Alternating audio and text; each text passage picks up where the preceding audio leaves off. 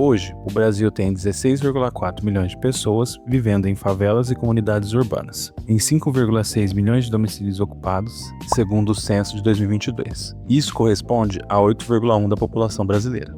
E existe um contraste importante. O país também registra milhões de domicílios vagos, o que mostra que o problema de moradia não é apenas a ausência física de imóveis, mas, sobretudo, acesso, renda, localização e política habitacional. E isso não é desorganização espontânea, é história. Em 1888, a escravização foi formalmente abolida, mas a população negra liberta não recebeu, de forma ampla, terra, moradia, trabalho digno, nem reparação estrutural. Sem reforma agrária, sem política habitacional consistente e sem inclusão econômica real, milhões de pessoas foram empurradas para condições precárias de sobrevivência nas cidades. Esse processo ajuda a explicar por que a urbanização brasileira já nasceu profundamente desigual. Ao mesmo tempo, no Rio de Janeiro, a demolição de moradias populares centrais e a ocupação de morros por populações pobres consolidaram um processo de segregação que está na origem histórica das favelas. A literatura brasileira também ajuda a enxergar essa formação desigual. Em O Cortiço, de Aloysio de Azevedo, a habitação coletiva aparece como espaço de exploração, pobreza e tensão social, revelando como a urbanização brasileira já produzia moradias precárias para os mais pobres no final do século XIX. Décadas depois, em Quarto de Despejo, Diário de uma Favelada, Carolina Maria Jesus registra o cotidiano da favela do Canindé, em São Paulo. O livro se tornou um marco justamente por mostrar a favela por dentro. A fome, a exclusão, a violência do abandono estatal, mas também o trabalho cotidiano, as relações e a humanidade de quem vive ali. Essas obras ajudam a combater uma visão simplista. Favela não é sinônimo de crime. Favela é também vida social, circulação de renda e sobrevivência coletiva. A partir da metade do século XX, sobretudo entre as décadas de 1950 e 1980, o Brasil passou por uma urbanização acelerada, ligada à industrialização e intensos deslocamentos populacionais para as cidades. Pesquisas da Embrapa e do IPEA mostram que o êxodo rural teve papel expressivo nesse processo, em meio a transformações no campo e a modernização da agricultura. A mecanização do campo reduziu a necessidade de mão de obra em várias atividades agrícolas, ao mesmo tempo em que cidades concentravam empregos, infraestrutura e serviços.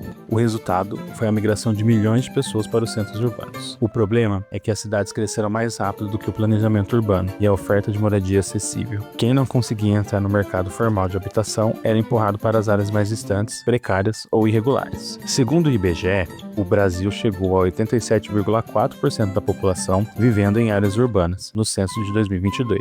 Isso confirma que o país se tornou amplamente urbano, mas não de forma igualitária. Ou seja, o crescimento urbano brasileiro não significou integração urbana para todos. Em muitos casos, significou o contrário, expulsão dos mais pobres para as periferias, longe dos centros valorizados e da infraestrutura mais completa.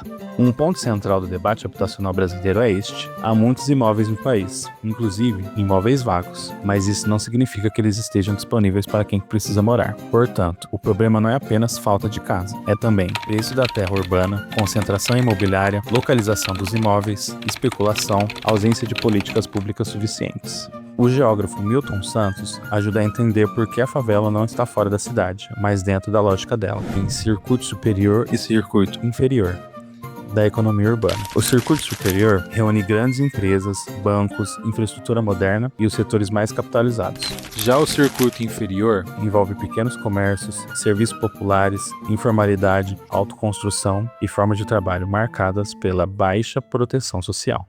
Nesse sentido, a favela não é um vazio econômico. Reduzir a favela ao crime é apagar a complexidade real desses espaços. Os dados do IBGE mostram que a composição racial das favelas e comunidades urbanas é desigual em relação ao conjunto do país. Nas favelas, a população parda é maioria e a população preta representa 16%, enquanto a proporção de pessoas brancas nesses territórios é menor do que na população brasileira total. Além disso, o IBGE registra desigualdades urbanas por cor ou raça no acesso à infraestrutura. Além disso, o IBGE também registra desigualdades urbanas por cor ou etnia no acesso à infraestrutura, saneamento e qualificação do entorno urbano. Pessoas pretas e pardas seguem mais expostas a condições urbanas piores. violência e a maior insegurança habitacional. Isso ajuda a entender por que a periferização no Brasil também tem dimensão racial. No início do século XX, reformas urbanas demoliram cortiços e outras moradias populares em áreas centrais, especialmente no Rio de Janeiro. Mas a modernização da cidade não veio acompanhada de inclusão habitacional. O resultado foi previsível. A população pobre foi deslocada para morros, franjas urbanas e periferias. Essa lógica continuou ao longo do século XX, por meio de remoções, expansão periférica e políticas urbanas insuficientes. A cidade formal se valorizou, a população pobre foi sendo afastada.